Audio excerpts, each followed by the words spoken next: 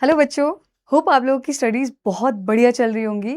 Already मैंने chemical kinetics के सारे लेक्चर यूट्यूब पे अपलोड कर दिए हैं। इसके साथ सॉल्यूशन चैप्टर के जो लेक्चर्स हैं वो भी अपलोड किए जा रहे हैं।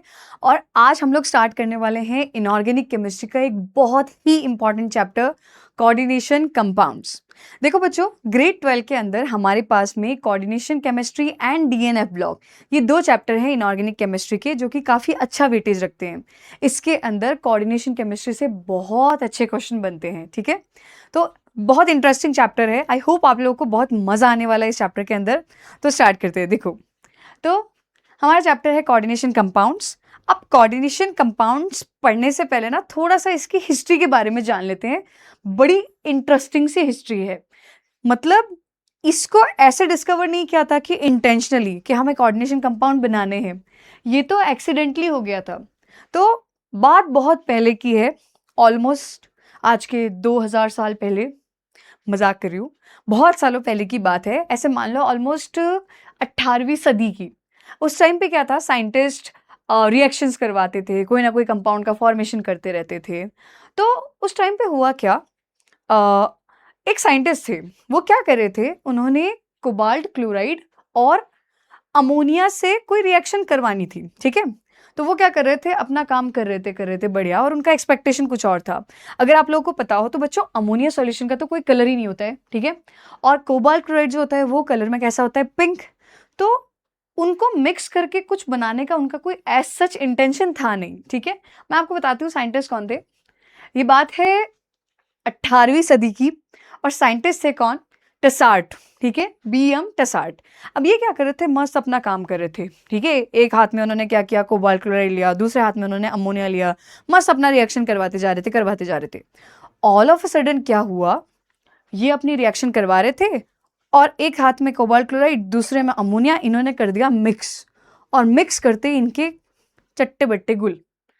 सोच में पड़ गई ये क्या बन गया, क्योंकि इन्होंने देखा दोनों को मिक्स करने पे एकदम बढ़िया डीप ब्लू कलर का कोई कंपाउंड बना था।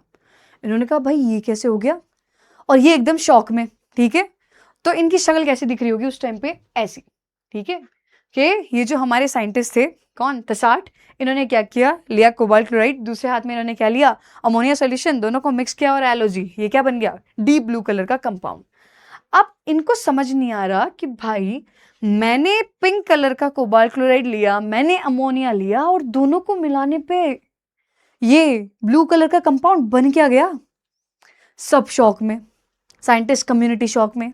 आप क्या करें, फिर पता है उन्होंने क्या किया, गए बाहर, अपनी गाड़ी निकाली और चले गए साइंटिस्ट कम्युनिटी के पास, और बोला सबको, इधर आओ इधर आओ इधर आओ, सारे भाई लोग, ठीक है। सब लोग बैठे।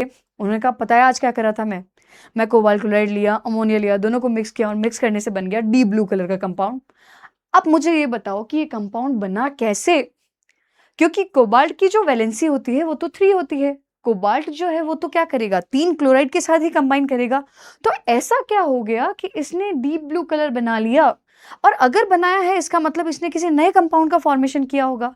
तो जो नया कंपाउंड है उसमें अमोनिया अटैच हुआ होगा, और अगर अमोनिया अटैच हो रहा है तो भाई साहब हुआ कैसे, ये बताओ। अब सारी साइंटिस्ट कम्युनिटी सोच में पड़ गई।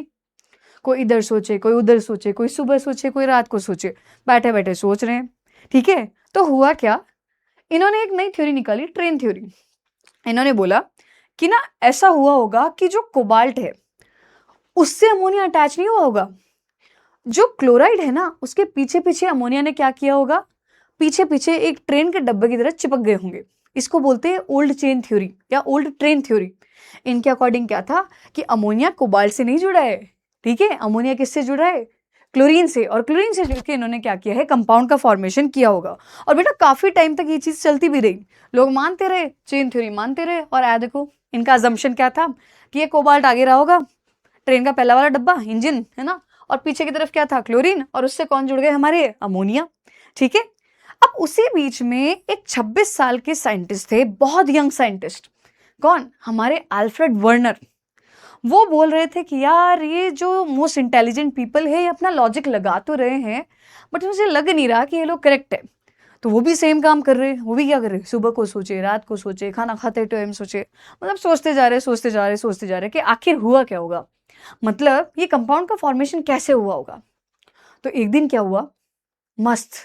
शाम को सर सो रहे थे, सोते सोते उनके दिमाग में चल रहा था कि भाई क्या हुआ होगा, क्या होगा, क्या होगा। ऑल ऑफ अ सडन उनको आइडिया आया कि यार मुझे ऐसा लगता है कि अमोनिया तो कोबाल्ट से ही जुड़ा है, और ये जो मेटल होती है ये एक तरह की नहीं, ये दो तरह की वैलेंसी शो करती है। एक वैलेंसी को बोलते हैं प्राइमरी और दूसरे को क्या बोलेंगे, सेकेंडरी। तो मैंने क्या कहा, एक दिन सोते सोते क्या हुआ, अल्फ्रेड वार्नर को सपना आया और उन्होंने कहा हाँ जी, अमोनिया कोबाल्ट से ही जुड़ा होगा। कैसे जुड़ा होगा, ये कुछ इस तरह से। सो रहे थे सर, सोते हुए ऑल ऑफ अ सडन उनको सपना आया, और सपना आया और उन्होंने क्या किया, उन्होंने बोला बस अब मजे आ गए, अब जाके सारी साइंटिस्ट कम्युनिटी को बताता हूं कि ये कंबाइन कैसे हुए होंगे। ठीक है, तो इन्होंने क्या किया, इन्होंने जाके बताया कि ये कंबाइन कैसे हुए होंगे। ठीक है, तो अब ये जो प्राइमरी वैलेंसी क्या होती है, सेकेंडरी वैलेंसी क्या होती है, इसके बारे में मैं आगे बताऊंगी। लेकिन ये डिस्कवरी इस तरीके से इंटरेस्टिंग थी, मतलब ये चीज समझ पा रहे हो कि एज सच ऐसा इंटेंशन नहीं था कि कोऑर्डिनेशन कंपाउंड्स को क्या करना है, डिस्कवर करना है। पहले किसी ने बनाया, फिर दूसरों ने सोचा, फिर वर्नर जो थे वो फर्स्ट साइंटिस्ट थे जिन्होंने क्या किया, उन्होंने सोचा कि यार कैसे, किस तरीके से बने होंगे, है ना। मैं ये सोचता हूँ और मैं आगे जाके ये चीज बताता हूँ कि इनकी बॉन्डिंग कैसे हुई होगी। ठीक है, तो होप ये कहानी आप लोगों को इंटरेस्टिंग लगी होगी। अब कोऑर्डिनेशन कंपाउंड्स यूज में कहाँ पे आते हैं भाई, इसके बहुत सारे यूज होने चाहिए, है ना। तो इसका बड़ा वास्ट यूज है। कोऑर्डिनेशन कंपाउंड्स का सबसे बढ़िया एग्जांपल है हमारा हीमोग्लोबिन। हीमोग्लोबिन का जो आयरन होता है, हीमोग्लोबिन के अंदर जो आयरन होता है उसने क्या किया होता है, उसने भी कोऑर्डिनेट बॉन्ड का फॉर्मेशन किया होता है। जो हम लोग जिंदा रह रहे हैं आज, उसके पीछे कारण क्या है, हीमोग्लोबिन ही तो है। दूसरा बड़ा यूज हो गया इसका कौन सा, हमारा क्लोरोफिल। ठीक है, क्लोरोफिल क्या होता है, ये मैग्नीशियम मेटल का कोऑर्डिनेशन कंपाउंड है। विटामिन B12 ये कोबाल्ट का कोऑर्डिनेशन कंपाउंड होता है। कैंसर के अंदर ट्रीटमेंट कराने के लिए सिस्प्लैटिन नाम की दवाई यूज में आती है, वो भी क्या होती है आपकी, कोऑर्डिनेशन कंपाउंड। ठीक है, इसके अलावा वाटर की हार्डनेस निकालने में, पॉइजनिंग को दूर करने में, मेटलर्जी में, ऐसे करके वास्ट यूजेस हैं। तो इस पूरे चैप्टर में हम लोग ये डिस्कस करने वाले हैं। ठीक है, तो बिल्कुल मजा आएगा, बढ़िया लगेगा आप लोगों को ये वाला चैप्टर। ठीक है, मुझे लगता है आप लोगों को ये हिस्ट्री वाला पार्ट थोड़ा इंटरेस्टिंग लगा होगा कि इस तरीके से कोऑर्डिनेशन कंपाउंड्स का डिस्कवरी हुआ था। ठीक है, तो अब ना धीरे धीरे हम लोग इस चैप्टर को स्टार्ट करेंगे। पहले मैं एक बार आप लोग को फ्लो बता देती हूँ कि चैप्टर का फ्लो रहेगा कैसे। बच्चों हम लोग इसके अंदर क्या पढ़ेंगे, पहले पढ़ेंगे कोऑर्डिनेशन कंपाउंड्स होते क्या हैं, ठीक है, डेफिनेशन। उसके बाद में हम लोग पढ़ेंगे दूसरी चीज इसके अंदर, टर्मिनोलॉजी। इस चैप्टर की टर्मिनोलॉजी इसका हार्ट है, इसके बिना चैप्टर चलेगा नहीं। ठीक है, उसके बाद में आप लोग पढ़ोगे IUPAC नोमेनक्लेचर, जिसका ऑर्गेनिक के नोमेनक्लेचर से कोई लेना देना नहीं है। ठीक है, उसके बाद में हम लोग आगे और जाएंगे, फर्दर बढ़ेंगे तो हम इनके बारे में पढ़ेंगे कि इनके अंदर बॉन्डिंग कैसे हुई होगी। इसमें हम लोग वर्नर की थ्योरी पढ़ेंगे, जो मैंने अभी हिस्ट्री के अंदर बताई थी, वर्नर की थ्योरी। ठीक है, उसके बाद में हम लोग क्या पढ़ेंगे, वर्नर की थ्योरी के बाद में VBT पढ़ेंगे, देन पढ़ेंगे CFT। ठीक है, और उसके बाद में isomerism and the last portion is application portion. ठीक है, थोड़ा बड़ा चैप्टर है लेकिन इससे आते क्वेश्चन बहुत सारे हैं, तो CBSE में ये बहुत अच्छा खासा वेटेज रखता है। ठीक है, तो आप मुझे बताना ज़रूर आप लोगों को ये चैप्टर कैसा लगा। ठीक है, कमेंट सेक्शन में मुझे प्लीज़ बताना अपने रिव्यूज़। ठीक है, तो अब स्टार्ट करते हैं इस चैप्टर को बिना किसी डिले के।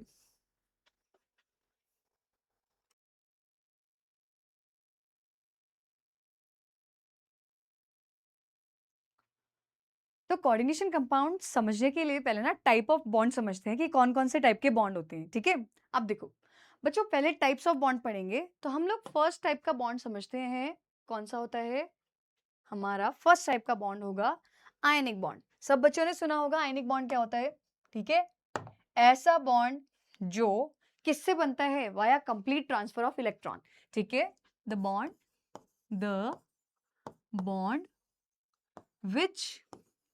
which formed by complete transfer of electron,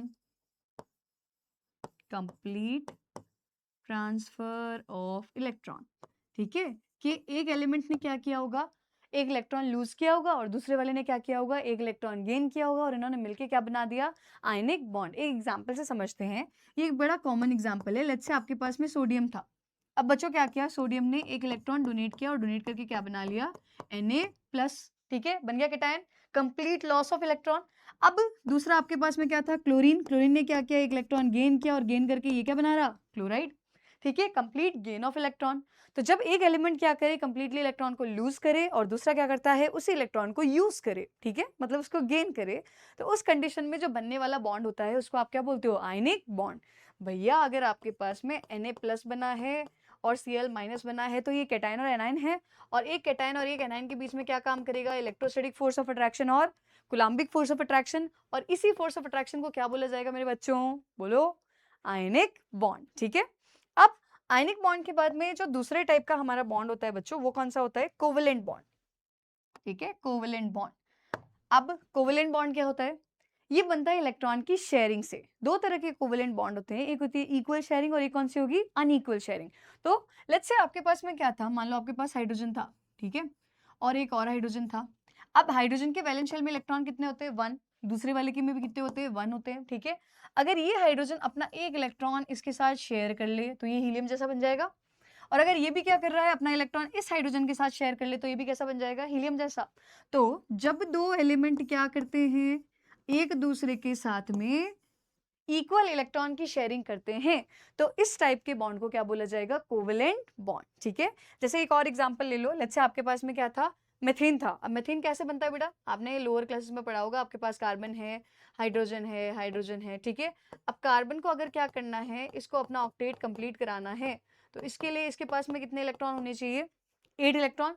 तो ये क्या करेगा, अपने 4 हाइड्रोजन के साथ में एक एक इलेक्ट्रॉन की शेयरिंग करेगा, इसका ऑक्टेट कंप्लीट। और ऐसे ही इन चारों हाइड्रोजन ने क्या किया, इसके साथ में इलेक्ट्रॉन की शेयर कर ली, तो इनका डुप्लेट कंप्लीट। तो इस टाइप के बॉन्ड को क्या बोला जाएगा बच्चों, इसको बोलेंगे हम लोग कोवेलेंट बॉन्ड। ठीक है, अब इसके बाद नेक्स्ट कैटेगरी ऑफ बॉन्ड कौन सा होता है बच्चों, नेक्स्ट कैटेगरी ऑफ बॉन्ड, और यही इस पूरे चैप्टर के अंदर हमें पढ़ना है, इसको बोलते हैं कोऑर्डिनेट बॉन्ड या फिर डेटिव बॉन्ड। ठीक है, कोऑर्डिनेट बॉन्ड और डेटिव बॉन्ड, एग्जांपल से समझना। लेट्स से आपके पास में अमोनिया था, है ना, अमोनिया। अब आप ड्रॉ करते हो अमोनिया NH3, मैं इसको ऐसे कर रही हूँ जानबूझ के, है ना, लॉन पेयर को इधर शो कर दिया मैंने। और एक आप लोगों ने सुना होगा बच्चों, क्या, बोरेन। बोरेन क्या होता है बेटा, BH3। अभी दिखने में ऐसा लग रहा है, एक चीज ध्यान से समझना है ना, ये अमोनिया का मॉलिक्यूल कुछ ऐसा है, टेट्राहेड्रल। ठीक है, 2D में ऐसे ड्रॉ करते हैं इसको। तो इसके पास में एक लॉन पेयर पड़ा, और जो बोरेन है वो कैसा होता है बच्चों, वो होता है आपका ट्राइगोनल प्लेनर, और इसके पास में एक यमटी p ऑर्बिटल होता है। ठीक है, तो अब ये चाहता है भाई मुझे कोई 2 इलेक्ट्रॉन गिफ्ट कर दो तो मेरा ऑक्टेट कंप्लीट हो जाए, और इसके पास में एक है अनशेयर्ड पेयर ऑफ इलेक्ट्रॉन। तो नाइट्रोजन क्या करेगा, अपना जो ये लॉन पेयर है ये इसके साथ शेयर करेगा।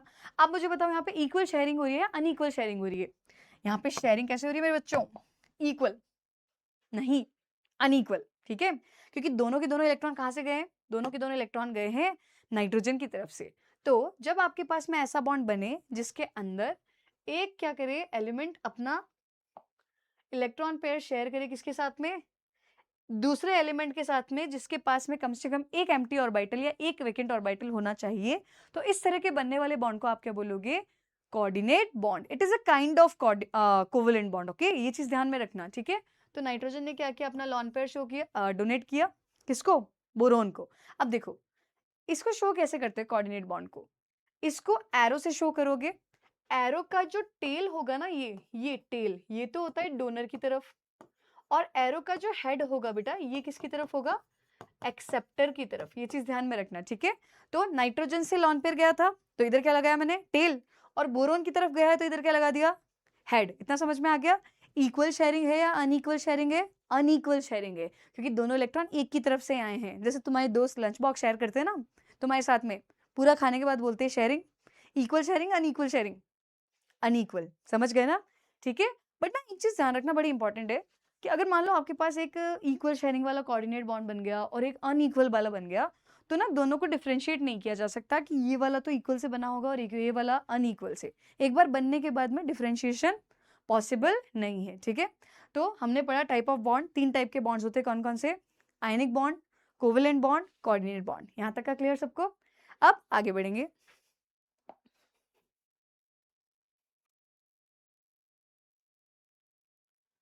तो टाइप्स ऑफ बॉन्ड्स हम लोगों ने डिस्कस कर लिए। ठीक है, अब इसके बाद में हम लोग अब इस चैप्टर के इनिशियल पोर्शन को स्टार्ट करेंगे।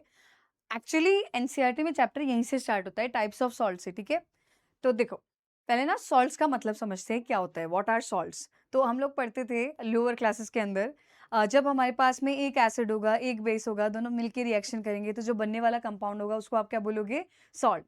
तो बेटा सॉल्ट भी तो अलग अलग टाइप के होते हैं, तो बस उन्हीं को डिस्कस करेंगे। सॉल्ट मोटा मोटा कितने टाइप के होते हैं ना, देखो अगर मुझे क्लासिफिकेशन करना हो सॉल्ट्स का ना, तो मैं क्या बोलूंगी, मेरे पास में सॉल्ट्स होते हैं दो टाइप के। There are two types of salts. बच्चों एक तो होता है हमारा कौन सा, सिंपल सॉल्ट्स, सिंपल सॉल्ट्स, ठीक है। और जो दूसरी कैटेगरी ऑफ सॉल्ट्स होती है वो कौन सी होती है बच्चों, वो होती है मॉलिक्यूलर सॉल्ट्स, मॉलिक्यूलर सॉल्ट्स, ठीक है।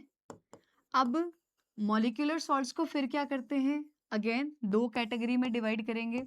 कौन कौन सी कैटेगरी होगी, तो बच्चों एक कैटेगरी तो होती है आपकी कौन सी, double salts, double salts.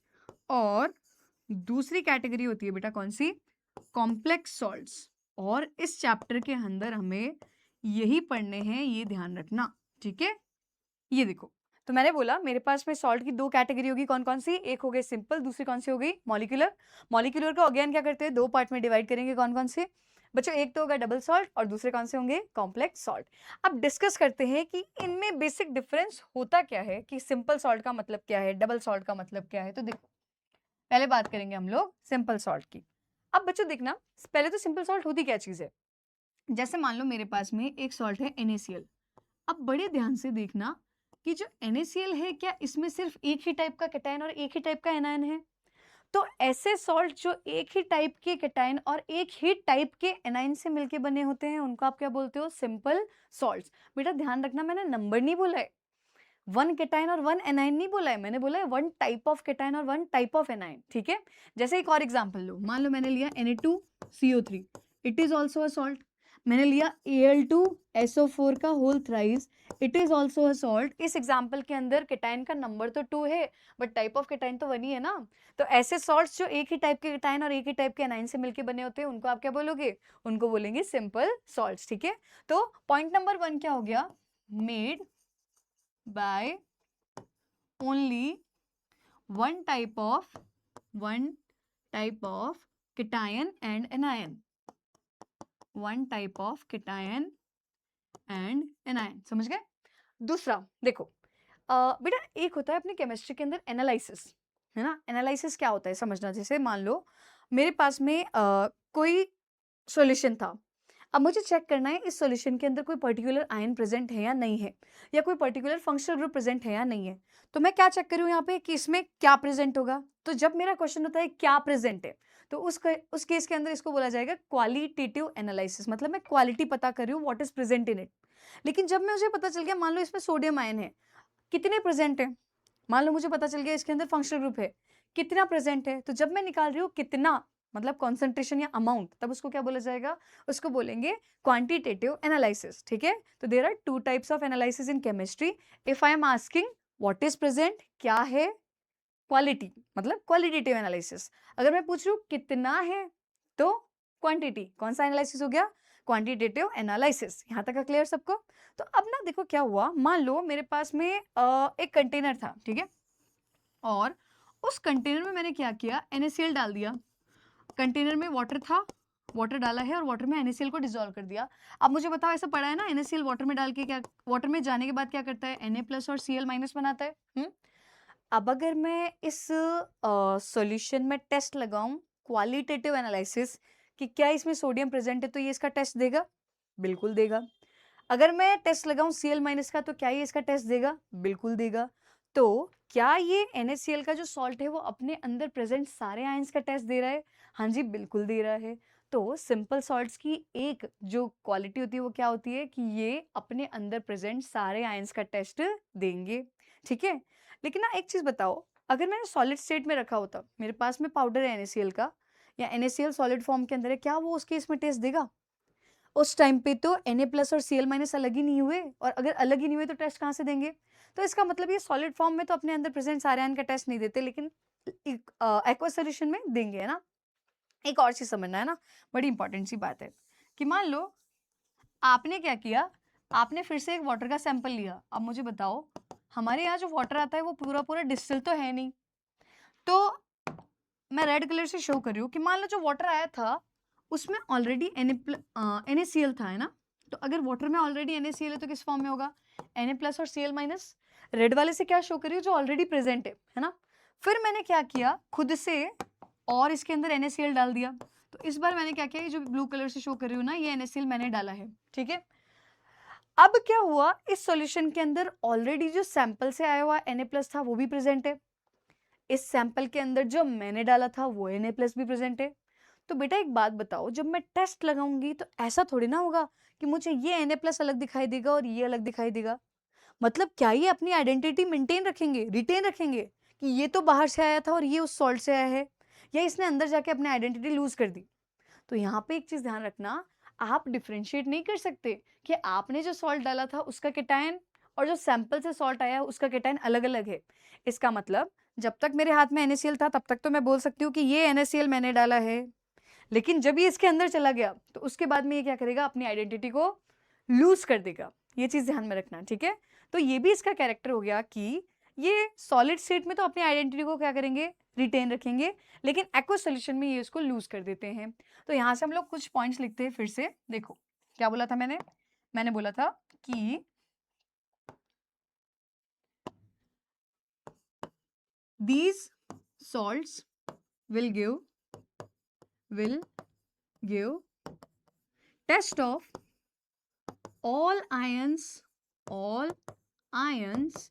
present in it। ये क्या करता है, अपने अंदर प्रेजेंट सारे आयन का टेस्ट देगा। ये चीज मैंने अभी डिस्कस की थी। दूसरा, these salts retain their identity in solid state but lose their identity in aqueous solution। ठीक है, ये क्या करेंगे, एक्वस सॉल्यूशन में अपनी आइडेंटिटी को लूज कर देंगे। देखो मैंने क्या क्या बोला, फिर से देखना। सिंपल सॉल्ट में एक ही टाइप का केटायन और एक ही टाइप का एनायन होगा। दूसरा, ये अपने अंदर प्रेजेंट सारे आयन का टेस्ट देते हैं। तीसरा, ये अपनी आइडेंटिटी को सॉलिड स्टेट में तो रिटेन रखेंगे लेकिन एक्वस सॉल्यूशन में ये लूज कर देते हैं, ठीक है। ओके, तो फर्स्ट हम लोगों ने डिस्कस कर लिया क्या, कौन सा सॉल्ट, सिंपल सॉल्ट। अभी दूसरा वाला डिस्कस करेंगे, कौन सा, हमारा मॉलिक्यूलर सॉल्ट, ठीक है। अब ध्यान से देखो, मॉलिक्यूलर सॉल्ट्स, अब ये क्या होते हैं, वो एक ही टाइप के केटाइन एनाइन से बनते थे। जब मैं क्या करती हूँ, दो सिंपल सॉल्ट लूंगी और उनको मैंने क्या किया, किसी रेशियो के अंदर कंबाइन करवाया, तो उससे बनने वाले सॉल्ट्स को आप क्या बोलोगे, मॉलिक्यूलर सॉल्ट्स। तो डेफिनेशन क्या बनेगी बच्चों, डेफिनेशन बनेगी when two simple salts combine in a fixed ratio, then the compound formed is known as molecular salts।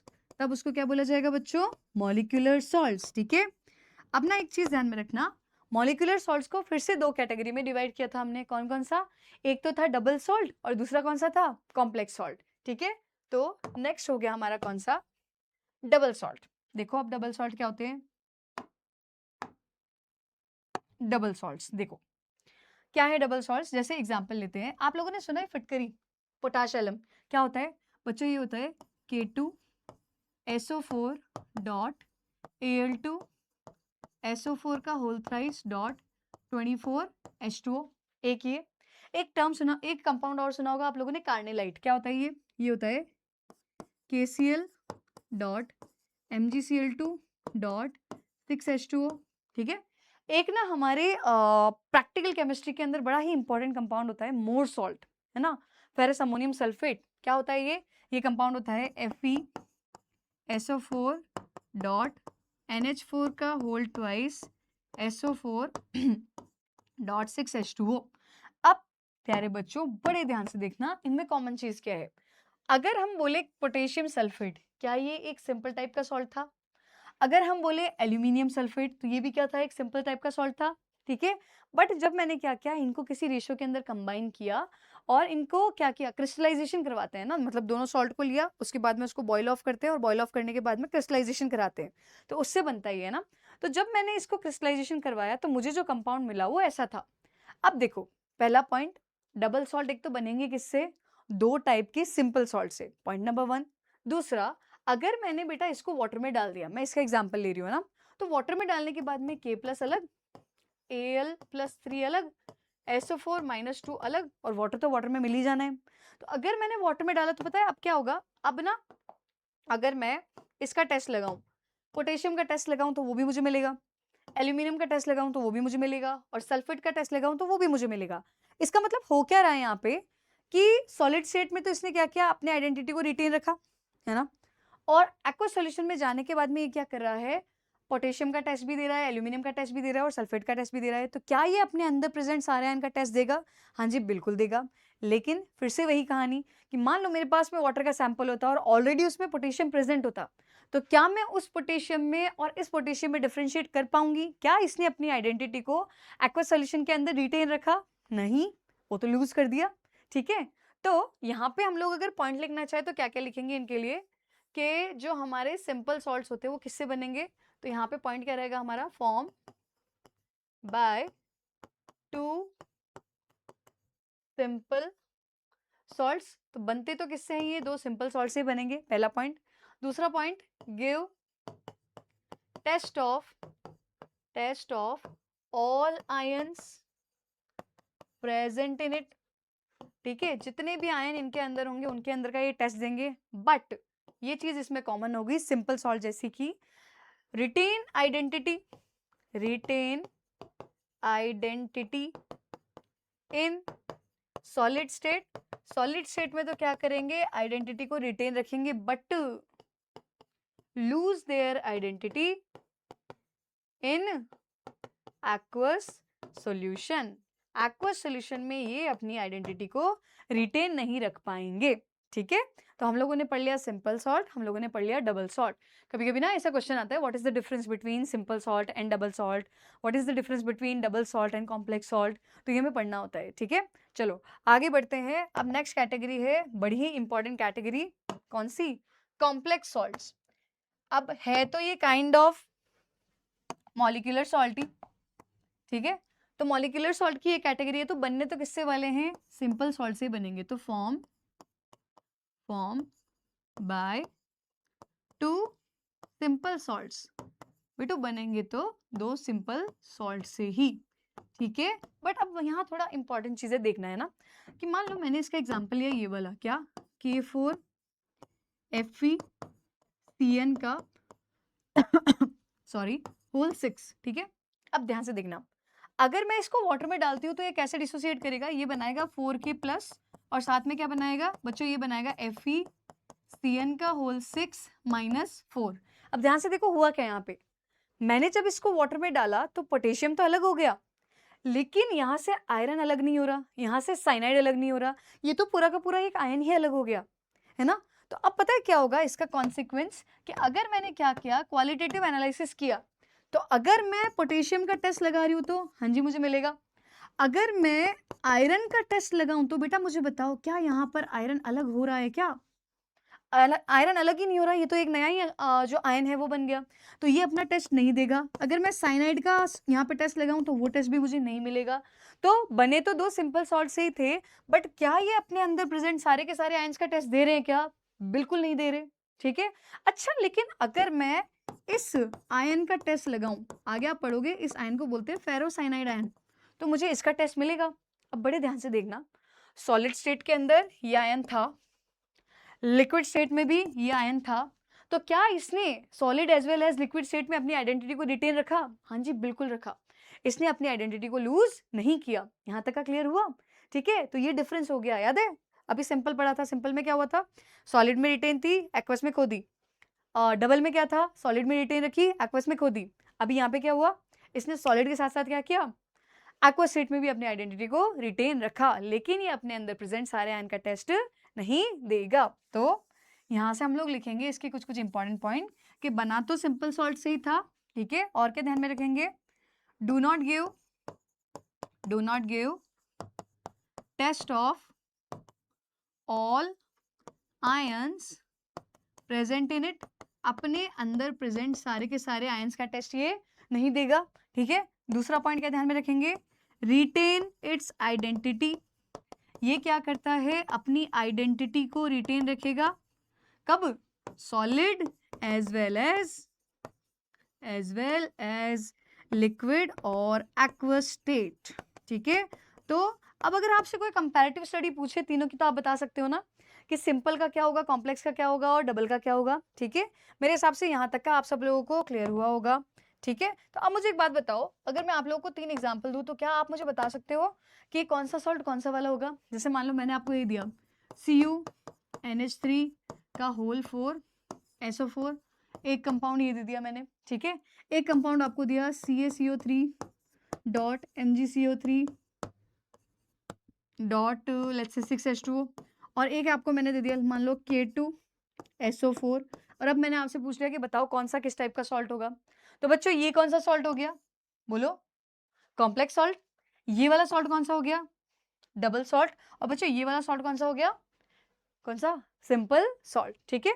तो यहाँ तक का मेरे हिसाब से सबको क्लियर हुआ होगा। CBSE में ध्यान रखना यहीं से क्वेश्चन स्टार्ट हो जाते हैं, तो पूछा जाता है कि बताओ कौन सा सॉल्ट किस टाइप का होता है, ठीक है। चलो अब हम लोगों ने इंट्रोडक्शन पढ़ लिया कि कॉम्प्लेक्स सॉल्ट क्या होता है। अब ना थोड़ी सी टर्मिनोलॉजी समझेंगे, पर उससे पहले ना एक छोटी सी डेफिनेशन समझना कॉम्प्लेक्स कंपाउंड्स की। तो एक छोटी सी डेफिनेशन लिखेंगे कि क्या होते हैं कॉम्प्लेक्स कंपाउंड्स। तो देखो, कंपाउंड्स in which अब हम तो चलेंगे 12th क्लास के हिसाब से, तो according to grade 12 D block की मेटल्स जनरली क्या करती है, कोऑर्डिनेशन कंपाउंड्स बनाती है, वैसे हायर लेवल पे एफ ब्लॉक की भी बनाएगी, बट हमें डी लेके चलना है ना। तो compounds in which a D block metal gain lone pair of electron, वो क्या करेगी, lone pair of electron gain करेगी किसी आयन से या किसी ग्रुप से या किसी एटम से, एंड शो, और क्या शो करती है, and show valency beyond it's normal valency, क्या करेगी, अपनी नॉर्मल वैलेंसी से भी ज्यादा वैलेंसी शो करेगी, ठीक है। तो ऐसे कंपाउंड्स को आप क्या बोलोगे, ऐसे कंपाउंड्स को बोला जाएगा कोऑर्डिनेशन कंपाउंड्स, कॉम्प्लेक्स कंपाउंड्स या कॉम्प्लेक्स सॉल्ट्स। तो आप पूरे चैप्टर में यही चीज पढ़नी है, ठीक है। तो मेरे हिसाब से यहाँ तक का सबको क्लियर हुआ होगा। चलें आगे, चलो बढ़ते हैं।